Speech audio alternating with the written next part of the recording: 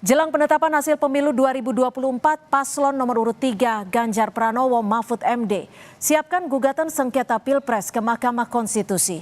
Kita sudah bersama dengan Todung Mulya Lubis, Deputi Hukum TPN Ganjar Mahfud, dan juga Habibur Rahman, Wakil Ketua Umum Gerindra. Terima kasih, selamat sore Bang Todung dan juga Bang Habib. Ya, selamat sore. Assalamualaikum warahmatullahi wabarakatuh. Waalaikumsalam warahmatullahi wabarakatuh. Selamat sore Bang Todung, selamat sore Bang Habib. Bang Todung, ini bukti apa saja yang sudah disiapkan tim hukum untuk menggugat ke MK, gugatan ke MK? Ya banyak sekali bukti yang sudah kita kumpulkan ya. Selain C1 yang kita sudah dapatkan dari begitu banyak TPS, tentu kita bukti-bukti yang lain ya. Yang kita kumpulkan dan jumlahnya ratusan ya, ribuan ya, bukti-bukti itu. Tapi apakah kita akan sampaikan semuanya itu tentu kami akan putuskan nantinya, langkah-langkah berikutnya. Tapi selain bukti-bukti yang tertulis ya, kami juga punya saksi fakta yang akan kami hadirkan pada persidangan di MK nantinya. Kami juga mengajukan sejumlah ahli untuk tampil di MK untuk menjelaskan ya mengenai apa yang disebut dengan TSM dan apa dampaknya terhadap voting behavior, perilaku pemilih. Karena kita memang akan lebih banyak fokus kepada pelanggaran atau saya lebih cenderung menyebut kejahatan TSM. Dan ini bisa dibuktikan sebenarnya. Bisa dibuktikan dari berbagai ilmu pengetahuan. Kalau kita bicara psikologi politik, ya dampak dari pernyataan-pernyataan, sikap-sikap, kebijakan-kebijakan yang fatalistik itu mempengaruhi perilaku pemilih. Kalau kita lihat dari segi komunikasi politik, kita juga bisa membuktikan bahwa komunikasi politik itu punya dampak terhadap perilaku pemilih.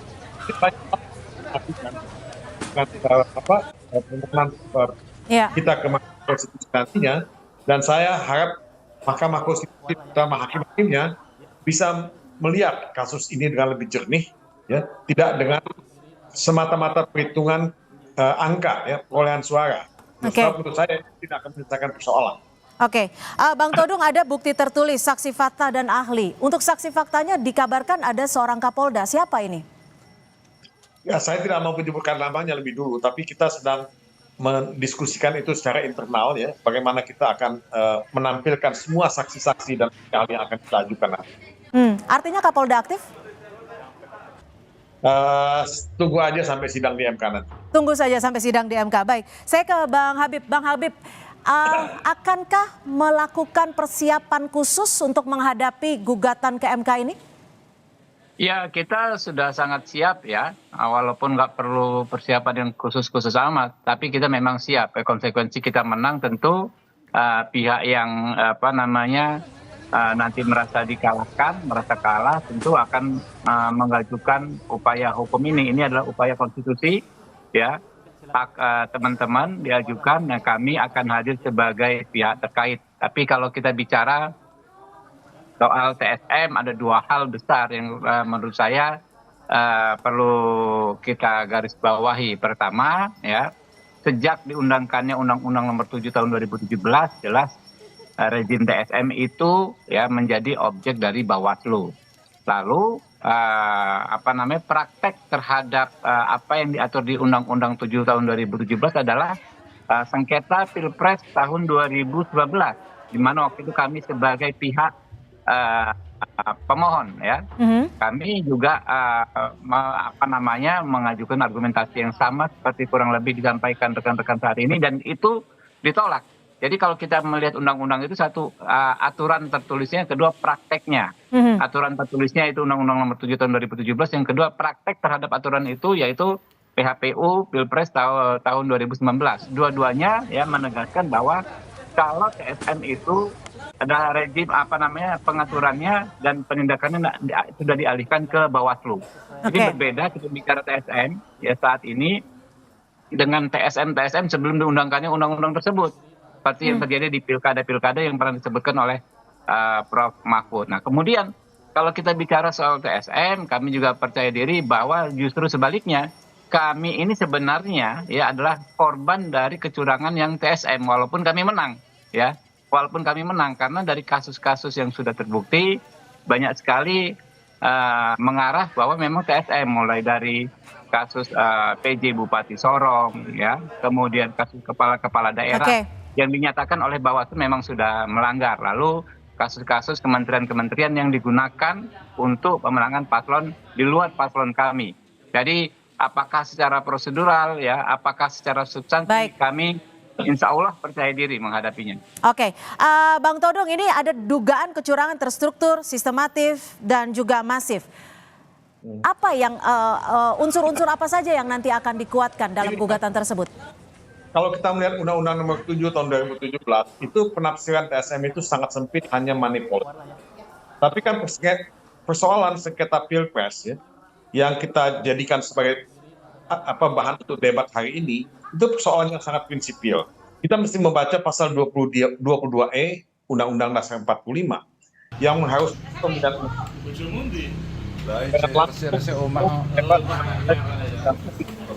Nah, inilah dasar. Nah, Mahkamah Konstitusi titik lain untuk menyelesaikan Kalau tidak terdengar, Mbak. Iya, iya. mata. Bang Todung, mohon maaf, ini audionya agak terganggu. Audio siapa nih? Audio Bang Todung kurang jelas.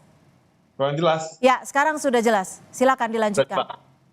Oke. Nah, saya mengatakan bahwa kalau kita melihat TSM itu semata-mata hanya dari Undang-Undang Nomor 7 Tahun 2017, itu sangat sempit dan itu tidak merefleksikan original intent, ya, dari pembuat Undang-Undang Dasar 45. Setiap sengketa pilpres yang diajukan ke MK itu didasarkan pada apa? Pada pasal 22E Undang-Undang Dasar 45 yang mengharuskan pemilihan umum itu dilakukan dengan jujur, adil, langsung, umum, dan bebas rahasia. Nah, disinilah inti dari persoalan yang kita hadapi. Nah, kita tidak mau itu hanya sebatas, ya, money politics. Kita tidak mau sengketa itu hanya soal perolehan suara. Jadi perolehan suara yang kita dapat, ya, pada tanggal 14 Februari, ya, ketika rakyat pemilih itu datang berbondong-bondong ke TPS, itu kan semua ditentukan oleh apa yang terjadi pada sebelum pencoblosan itu. Apakah itu pada masa kampanye, ya, mungkin juga jauh sebelum masa kampanye, itu sudah bisa dibuktikan. Nah, jadi ya ini yang sebetulnya menjadi tantangan MK untuk betul-betul melihat secara jernih di mana esensi, ya, dari sengketa pilpres yang sedang kita hadapi ini. Oke. Jadi ya jangan disempitkan. Oke, Bang Todung, ini kan juga disebutkan bahwa dugaannya adalah mobilisasi massa. Nanti yang akan dibuktikan dalam MK seperti apa? Nah, sebetulnya sih mobilisasi massa kan bisa kelihatan, ya, dan Anda juga bisa melihat bagaimana pembagian bansos itu dilakukan. Nah, ini semua, ya, sudah diberitakan di media. Bagaimana intimidasi itu bisa dilakukan misalnya terhadap kepala desa. Nah, kita mendapatkan banyak sekali keterangan dan informasi. Saya ketemu dengan beberapa pihak kepala desa di daerah yang kita minta untuk menjadi saksi, tapi mereka semua, ya, dihadapkan pada ketakutan untuk bisa bersaksi, ketakutan untuk memberikan keterangan, ketakutan nama mereka sendiri mereka tidak mau disebutkan. Nah, inilah iklim yang kita sedang hadapi sekarang ini. Nah, kalau kita ingin mengungkapkan kebenaran konstitusional, saya ingin menggunakan kata itu, kebenaran konstitusional, kita butuh keberanian dari semua pihak, baik itu saksi, baik itu ahli maupun hakim Mahkamah Konstitusi. Oke, Bang Habib, untuk menjawab ini ada pembagian bansos, dugaan intimidasi. Apakah ini juga sudah disiapkan oleh tim Anda? Atau Ya, mungkin akan melakukan pembuktian terbalik?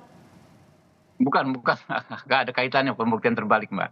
Jadi gini, saya bilang tadi, kalau kita bicara TSM, justru kami punya dasar kuat, punya bukti kuat, punya saksi banyak sekali bahwa kami adalah korban kecurangan TSM yang merugikan kami. Jadi artinya pelakunya baik paslon 1 maupun paslon 3.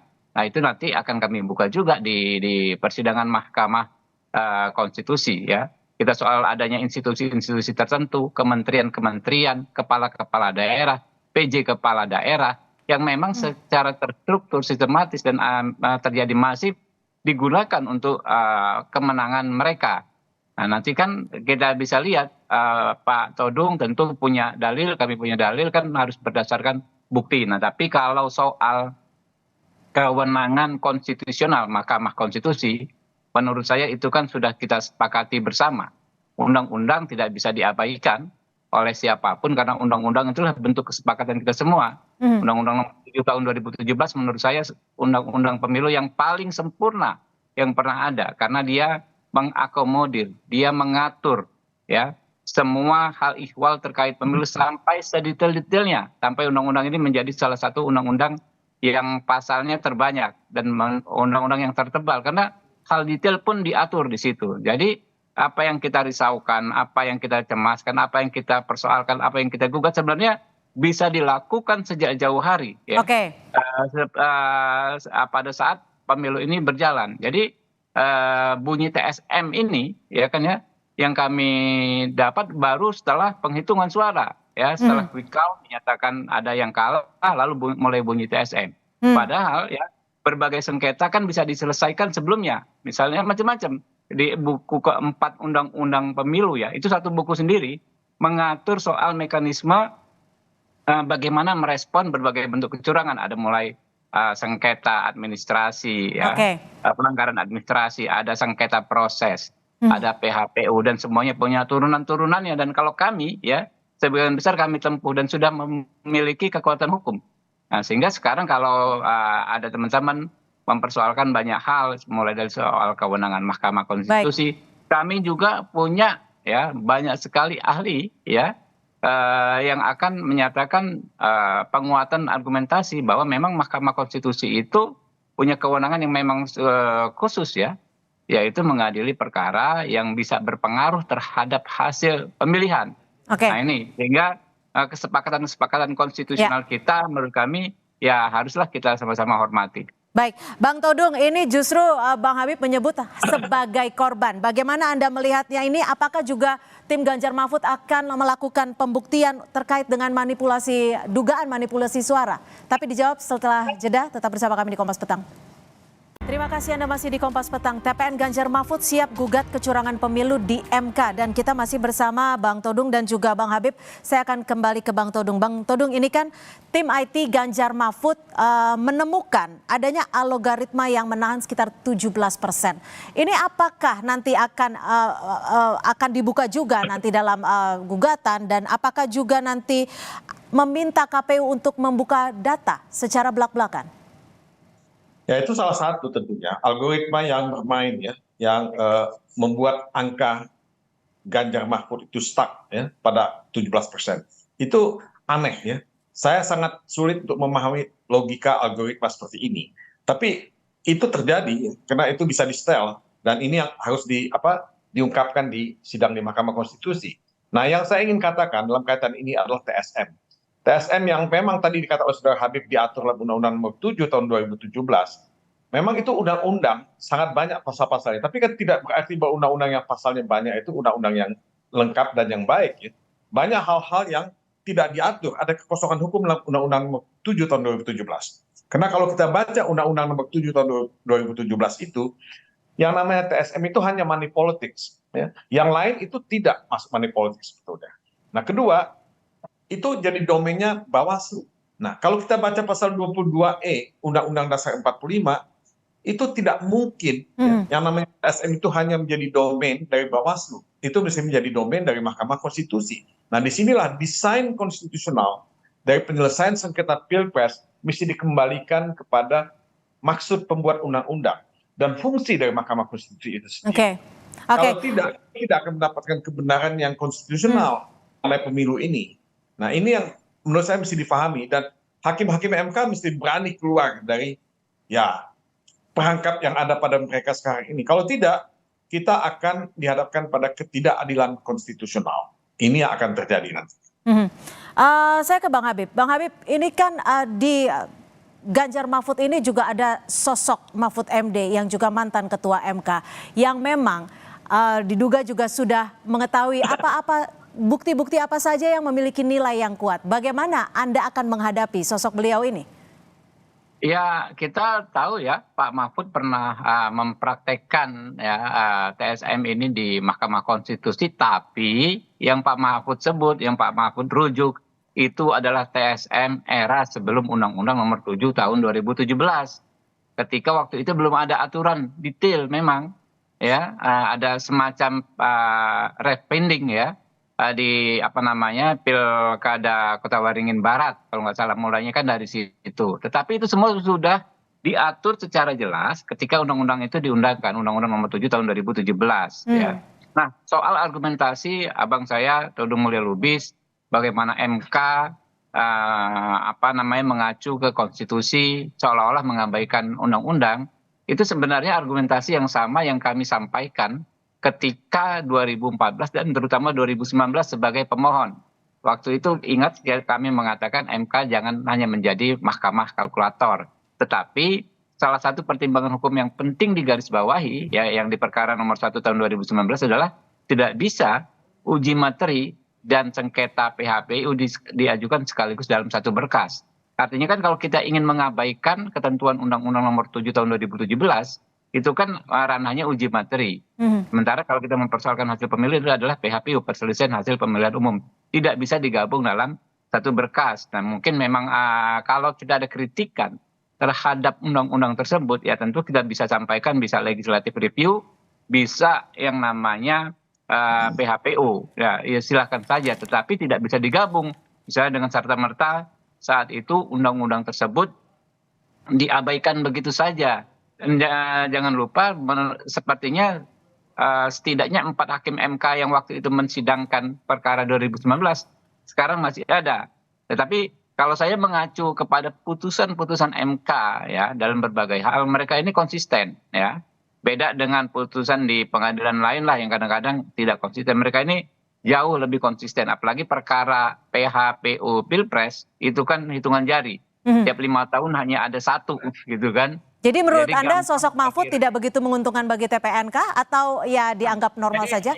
Yang sudah dipahami dan disampaikan Pak Mahfud itu TSM yang out of date istilahnya gitu loh.